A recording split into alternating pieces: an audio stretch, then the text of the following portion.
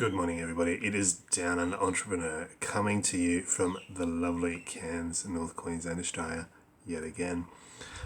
So today, what I want to talk about is my top 5 rules or myths of money. Now, these things have been around for a very, very, very long time. There's tons of people out there that have spoken about this in the past. So it's not just some random stuff I've made up. There are plenty of other highly successful people out there that talk about this and teach this stuff. But before we go any further, if you like the content here on the channel, then give us a thumbs up, subscribe, and hit the bell notification. We're trying to do daily uploads about making money, money mindset, and motivation here on the channel. So that said, let's get into it. So the number one is, we all think that, for example, here in Australia where I am, most businesses are covered by what's called an EBA or, like a minimum wage, which is outlined by the federal government here in Australia. And I don't know, every country is different, obviously. But on a good year here, you might get maybe a sort of 1 to 2% pay rise. So each year when you get that pay rise, you think, "Woohoo, yeah, I'm getting richer, I'm making more money." The reality is you're not. The average rate of inflation is about 3%. So to put it in perspective, so say you make $1 an hour and you get your, say, 2% pay rise. Say, the union's gone in and they've sort of negotiated really, really hard with your employers and they managed to secure you 2% a year pay rise. So your pay then goes up to $1.02 per hour. Okay, so you're thinking, yeah, I'm 2 cents richer. Now you stop at McDonald's on the way home and today a cheeseburger, say, costs you $1. But because of the cost of inflation, the inflation, basically that cheeseburger now costs you $1.03. Okay, so you think you've gotten 2 cents richer, but you're not. You're actually poorer because inflation has outpaced your pay rise. So basically you need to find ways to make more money, whether it's a side hustle, investing, starting a business, whatever it is. So you need to be looking at increasing your personal income every 3 years by about 10%. That's got to be your target. That's got to be your goal. And by doing that, you're going to keep yourself in front of the average sort of inflation. So moving on to number 2. I see it all the time, and obviously it's a big problem in a lot of places in the world now, especially with like younger people and whatnot, about jobs. So every time there's an election campaign, you always see the government up there going, "Oh, we're going to create jobs. We're going to create jobs." It happens every time there's an election campaign here in Australia. All the major parties stand up and they go, "Oh, we're going to create this many jobs." It's false. The government does not create jobs. Okay, so the next time the government says that they're going to give big business, a small business, a tax cut, and then the average person jumps up and down going, why are you giving tax cuts to all the rich people?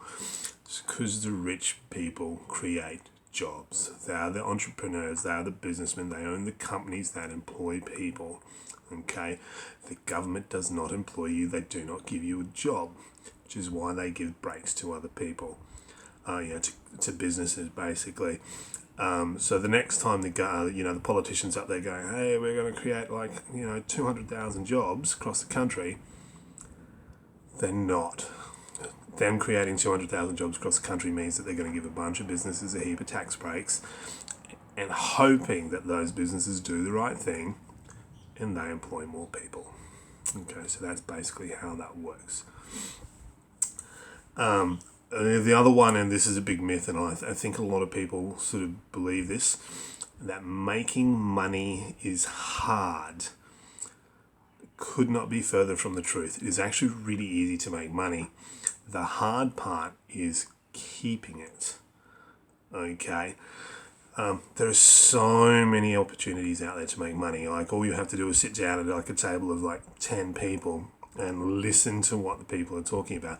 If you've got, 3, 4, 5 people sitting there and they're all whinging and complaining about the same thing, ask yourself, can I solve that problem? If you can solve that problem, then you can sell it to them, because there's a lot of people complaining about that issue. If you can solve people's problem, people will pay you to solve it for them. It is as simple as that. So making money is not hard, it is easy. Keeping that money, that's the hard part. Okay. So my number 4 one is, your house or your car is an asset.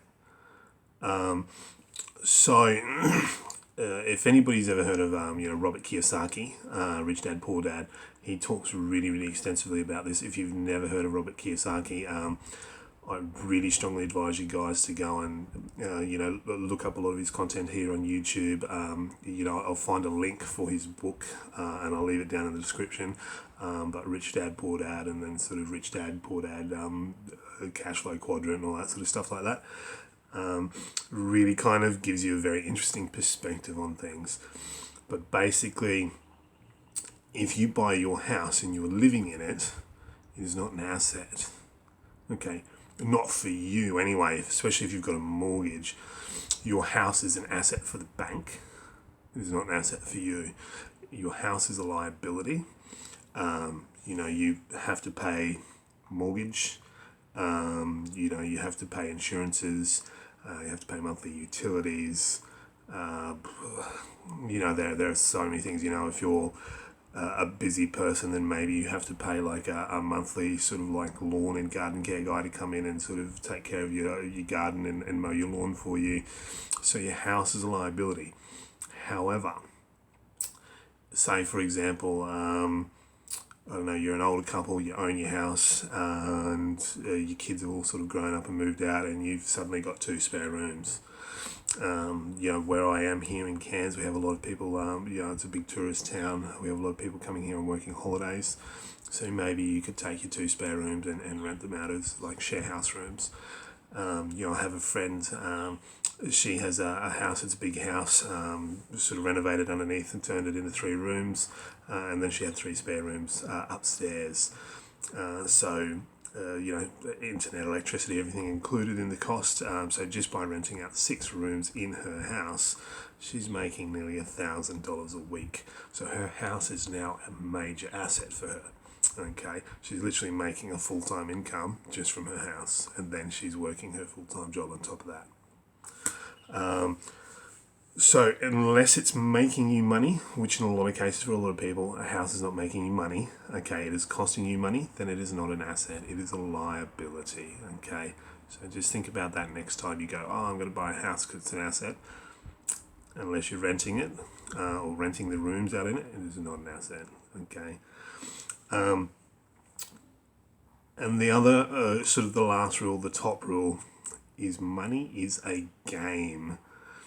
And the good thing about any game is it can be learned, and you can learn to play it. It's like Monopoly. Okay, the reality is the more you play Monopoly, the better you get at it. Call of Duty, the more you play Call of Duty, the better you get at it. So obviously, the sooner you start learning to play the game, the better you got to get at it, and the easier the game's going to become. But that's reality with money. It is a game. And it's not a difficult game to learn. It's a difficult game to master, but it's not a difficult game to learn. And like I said, it's a game you can learn to play, and making money is not hard. Part of the game is learning how to keep it. So apart from that, guys, I don't want to drag this on too much longer. Like I said, if you find this content valuable, then leave us a thumbs up, subscribe, hit the bell notification. Apart from that, that's all I've got for you. It's Friday. We've got the weekend coming forward. Hope you all have a fantastic day. Those of you that are going into the weekend, have an awesome weekend. Be safe. Don't be too crazy. And I look forward to seeing you all next week. Cheers.